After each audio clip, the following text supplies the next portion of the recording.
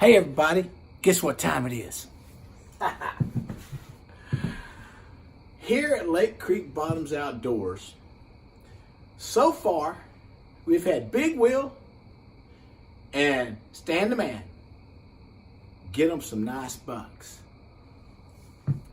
Gerald is the hunter in that last video that hunts from daylight to dark, and you heard him say it on that video. He's gonna do it until he gets a deer. Guess what he did? He got him a big wide 8-point this evening.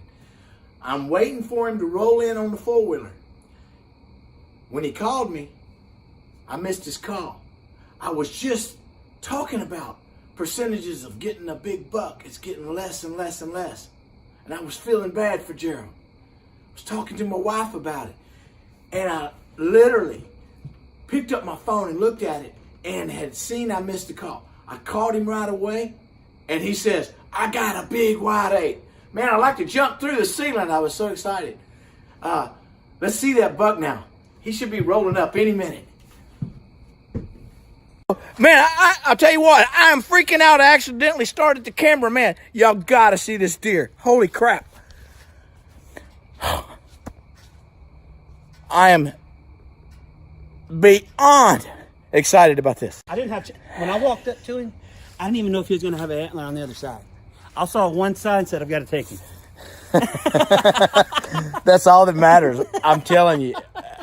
Oh my God. Look at this deer. Oh, look at that. Would you look at that? Gerald, go over and grab that deer and hold him up. This right here is what 13 hours in the woods to get you. That. 5 consecutive weekends in a row. I'll tell you what, and you know, I can't say it enough. There ain't anybody that hasn't earned a deer like that besides you. I mean, you've been in the stand from 5 o'clock in the morning till dark every single time you've hunted, except for maybe one time. That is a massive 8-point buck. It is beautiful. I'm going to put a tape measure on him. I'm looking at least 18 here. Let's get a tape measure. All right, everybody, we're going to put a tape measure on him. We are going to measure his widest point. Oh, look at there. It's 16. Oh, wait a minute. I'm 2 inches away. We're going over. We are 18.5 inches inside spread. That's 18.5. All right. Man, that is awesome. Awesome. Zoom in on this. Walk in on it or something. That is just unbelievable. Unbelievable. That is a sweet deal. All right, we're going to get him off here and get some more pictures of him, and Let's do it.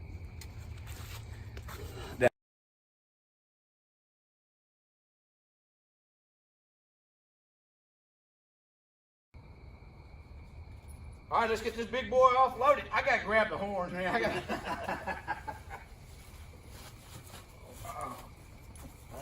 there we go. Right here is good. You can pose him however you want to do that.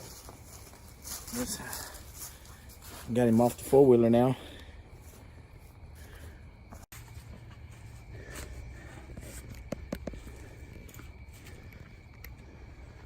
So we're setting him up to do some photos right now. Get him all cleaned up, get his tail, tongue tucked and all that. We might need to add some better lights. I think we will, but still Gerald. I think Gerald is happy. Let's look at that face. Look at that face. Look at that face. That is one happy man. That is one happy man, and I can't blame it at all. That is one nice 8-point for Southeast Texas, Montgomery County, Lakecreek Bottoms Outdoors. 8-point right there, folks. All right, we got to get ready to do some photos, and then we'll get a little bit more footage. And just thought I'd like to share this with you. Too bad I wasn't in a double stand with you. He said this deer, I could have been videoing the kill, but from what he said, I'll let you tell it. You tell how it came about. He came back in from my left-hand side, but he wasn't even going to stop. I looked at him, saw one antler, I said, this is my chance this season. Didn't even know if he had a second set of antlers or not until I went to pick him up. But I took the shot. I shot a little forward and hit him in his front shoulder. He's kicking around a little bit. I waited, still kicking around, so I had to hit him one more time. Took him out pretty quick. Turned out to be a lot better buck than what I even thought he was going to be, though. I bet you had a heart attack when you walked up on him and actually saw him for the first time. Oh yeah, I mean, he's got a lot of girth on him. It looks like about at least 5-inch bases. Yeah, I couldn't have dreamed that I was going to get this buck out in Magnolia, Texas. I tell you, Lakecreek Bottoms is known for some big bucks, you know, and it's such a heavily hunted area that, you know, dedicated hunters like yourself that have hunted from daylight to dark repeatedly every single weekend, that's an earning hunt. I mean, you've earned this deer. You worked hard for it, and I'm telling you, I'm proud of you. I can't be any prouder of you, and I'm very, very, very happy. Well, Joe, thanks for thanks for auctioning off your deer blind this year. For Tesla and Stan's benefit. And I'm glad it turned out. It was well worth it. All right, man.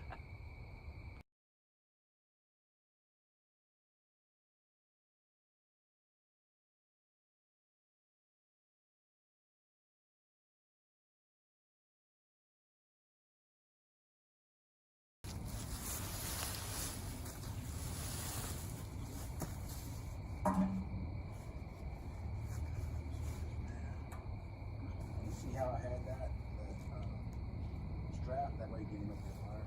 Especially this deer is bigger. Yeah. It needs to be higher.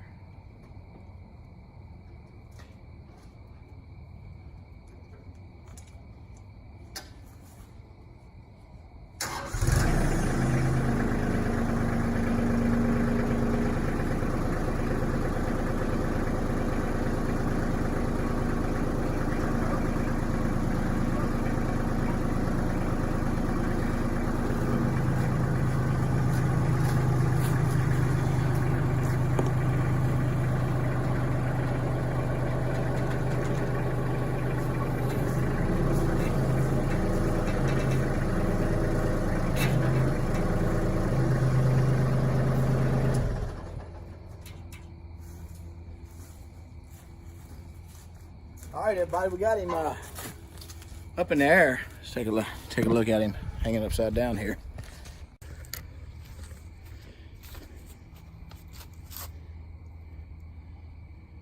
There's one big 8-point right there. A little over 18¼ inch wide.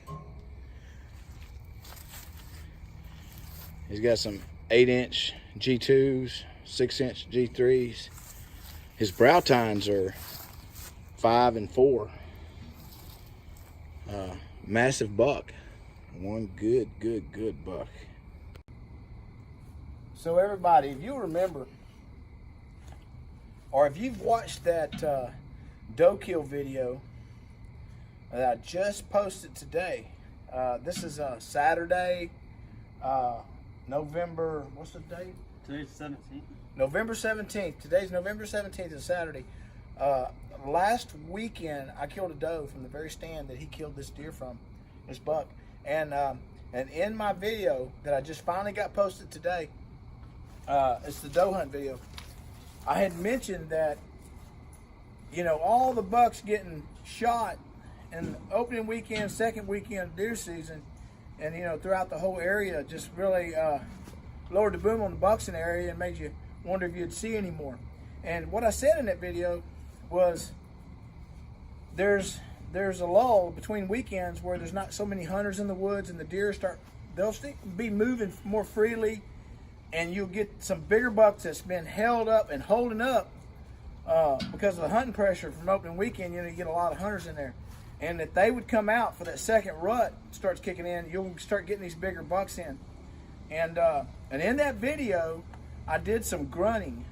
Now, Gerald was reading an article today while sitting in the stand, and I'll let him tell it. I'll let him tell how that pans out. Let me get my knife while I can be cleaning while he's talking. Well, I was reading the article, and it said that most people they just give 3 or 4 grunts, very soft grunts every 20 to 30 minutes.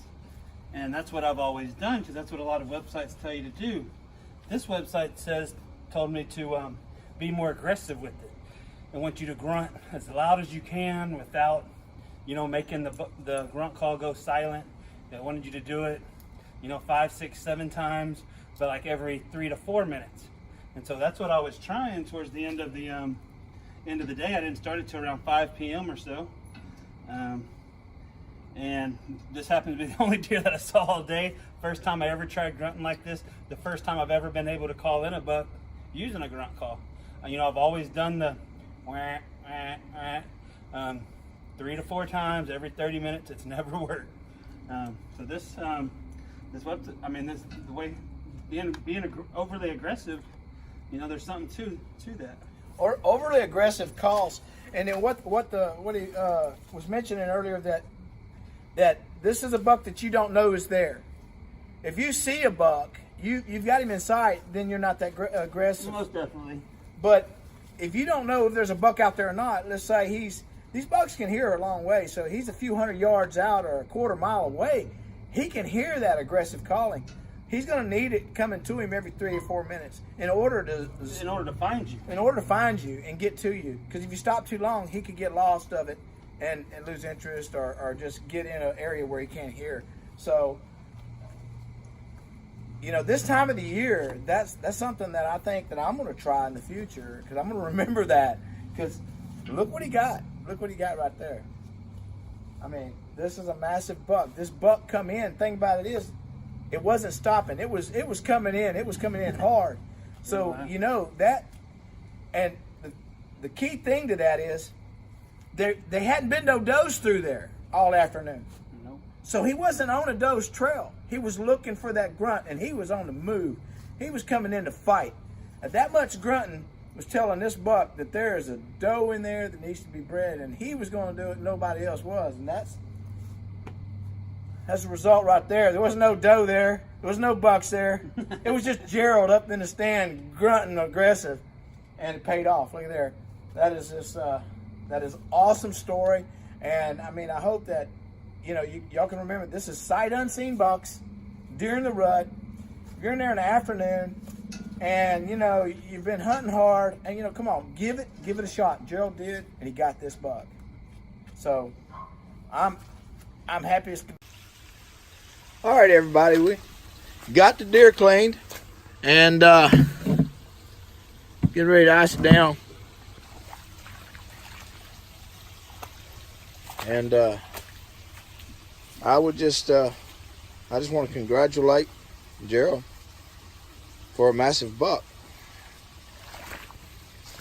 One massive buck you got there, young man. Thank you. And that is a Lakecreek Bottoms monster buck right there. It's a real good buck. So let's wrap this video up. That's another successful weekend here at Lakecreek Bottoms Outdoors. Hope you enjoyed the video. We're not able to get the kill shots and we don't have cameramen in, and you know, I do self-film. No one else is doing that. I'm the only one doing that. So, and I'm not the one getting the big bucks, so we didn't get no big buck kill shots. But we get the aftermath, and I tell you what, that's the good thing. Did get my kill shot on my doe, but you know, even her, she was behind the palmetto. So, what you say? Anyway, all right, man. Thanks for watching again, and don't forget to subscribe.